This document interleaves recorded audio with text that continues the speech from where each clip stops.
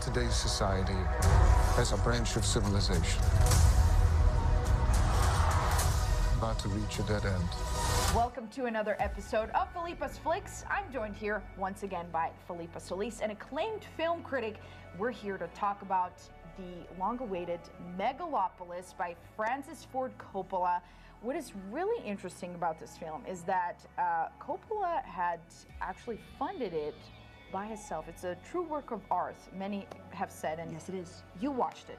Yes, I did. And here's the thing. So they're saying that this could potentially be his last film. He's in his mid-80s, and I mean, from The Godfather, before, during, and after Apocalypse Now, what an incredible artist. I was so excited about this film because of the film festivals in the summer, and the notices on this film were overwhelming, especially Cannes, where there was a 16-minute standing ovation.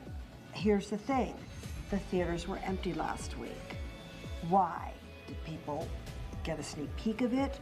It's a pretty overwhelming film happening in like New Rome City, where basically he's taking modern day America, turning this mock city into New York, and basically the rise and fall of the Roman Empire is his basis of attack historically, which he always says is his favorite part of history.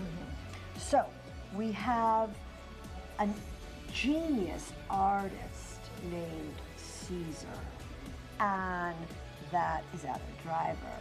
He wants to create a utopia of peace and freedom for all. Then you have the mayor, who's Franklin Cicero. That's Giancarlo Esposito. He wants to do the polar opposite.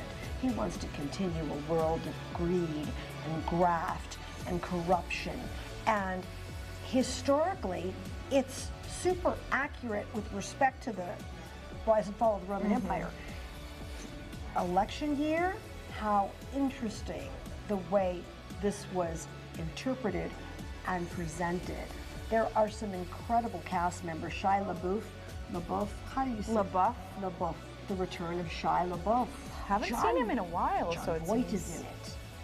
Dustin Hoffman is in it. Talia Shire, who is Francis Ford Coppola's sister, who was Connie in The Godfather. Cinematography is pretty magical. I can't really give it away because it's interesting how it follows history. It's just sometimes very hard to follow and very hard to watch. There are a lot of reviewers around the country who have given it very low ratings. I don't, but I feel like I need to see it again. I hope people will give it an opportunity, the film goers will give it an opportunity and see what he was trying to do. Again, it's fascinating to watch, but you can easily get confused. I don't know how anyone can be at home watching that because you're going to get up and You want to be immersed in it. You have to be kind of immersed in it. It needs to be on the big screen. We'll see. Stay tuned. Okay, as we say. Perfect. Stay tuned for the next episode of Felipa's Flix as well. Thank you for joining us, and we'll see you next time.